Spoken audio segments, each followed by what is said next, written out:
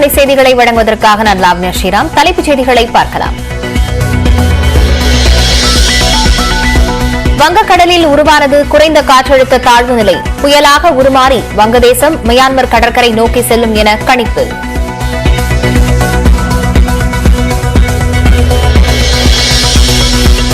நீலகிரி, கோவை, ஈரோடு, தேனி உள்ளிட்ட 13 மாவட்டங்களில் இன்று கனமழைக்கு வாய்ப்பு. சென்னையில் 2 நாட்களுக்கு மிதமான மழை பெய்யக்கூடும்.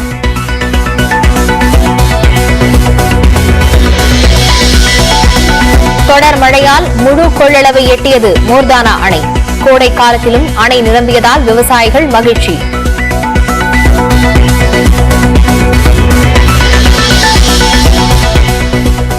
மக்களால் தேர்வு செய்யப்பட்ட பிரதிநிதிகள் போல் ஆளுநருக்கும் சில அதிகாரங்கள் உண்டு. புதுச்சேரி துணைநிலை ஆளுநர் தமிழிசை சவுந்தரராஜன் பேட்டி.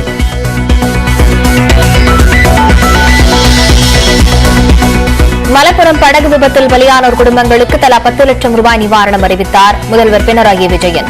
தலைமறைவான படகு உரிமையாளர் உறவினரிடம் விசாரணை.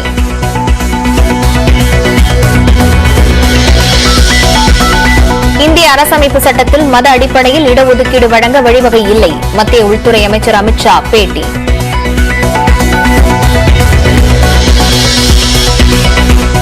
+2 பொதுத் தேர்வில் 94.03 விழுக்காடு மாணவர்கள் தேர்ச்சி. வழக்கம் போல் மாணவர்களை விட 4.93 விழுக்காடு அதிகமாக தேர்ச்சி அடைந்த மாணவிகள்.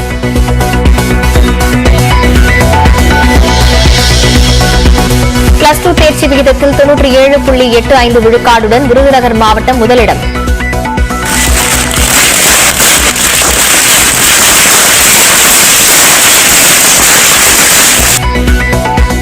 கடைசி இடம் பிடித்தது ராணிப்பேட்டை மாவட்டம்.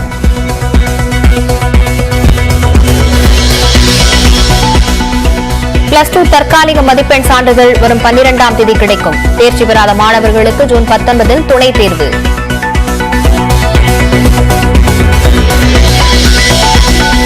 திண்டுக்கல்லில் 600 மதிப்பெண் பெற்று தச்சு தொழிலாளியின் மகள் வரலாற்று சாதனை. ஆடிட்டர் ஆவதே லட்சியம் என நியூஸ் 18 தமிழ்நாட்டிற்கு மாணவி நந்தினி பேட்டி.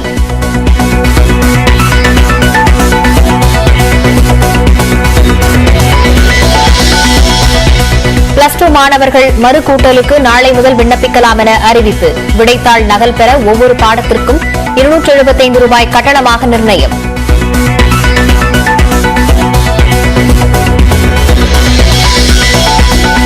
+2 கணித பாடத்தில் சதமடித்தவர்கள் எண்ணிக்கை கடந்த ஆண்டை விட இந்த ஆண்டு குறைவு.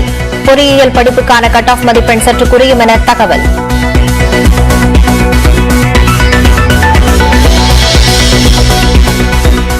அரசு கலை அறிவியல் கல்லூரிகளில் விண்ணப்ப விநியோகம் தொடக்கம். +2 தேர்வு வெளியான நிலையில் மாணவர்கள் விண்ணப்பம் பெறுகின்றனர்.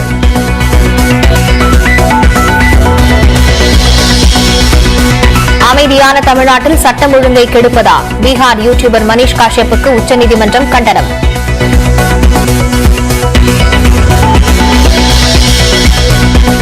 விசாரணை கைதிகள் பற்களை பிடுங்கிய புகாரில் பல்வீர் சிங் மீது 4வது வழக்கு பதிவு.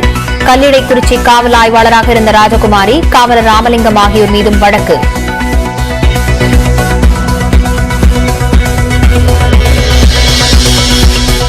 சென்னை மயிலாப்பூர் நீட் தேர்வு மையத்தில் மாணவியின் உள்ளாடையை கழற்ற சொல்லியதாக புகார். உள்ளாடையில் இரும்பு கொக்கி இருந்த காரணத்தால் தேர்வு கண்காணிப்பாளர் நடவடிக்கை.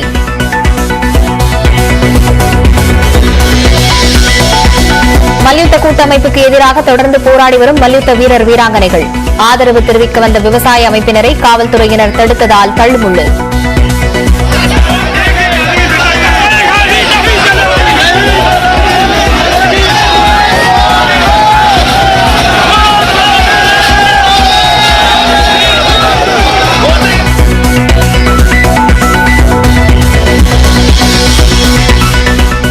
ஆபரண தங்கம் விலை சவரனுக்கு 144 ரூபாய் அதிகரிப்பு. ஒரு சவரன் 45,680 ரூபாய்க்கு விற்பனை.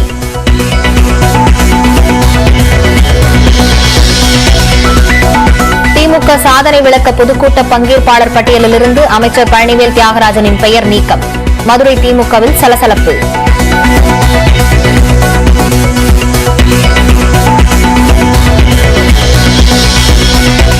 பீகார் சிறையில் கைதி குத்திக் கொல்லப்பட்ட விவகாரம். தமிழ்நாட்டைச் சேர்ந்த சிறப்பு படை வீரர்கள் 7 பேர் பணியிடை நீக்கம்.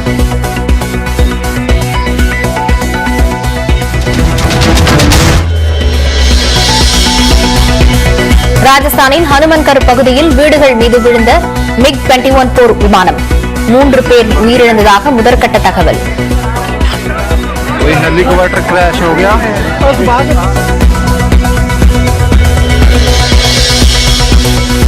AR ரஹ்மான் இசையில் பாடிய வடிவேலு. மாமன்னன் படத்தில் வடிவேலு பாடிய பாடல் விரைவில் வெளியாகிறது.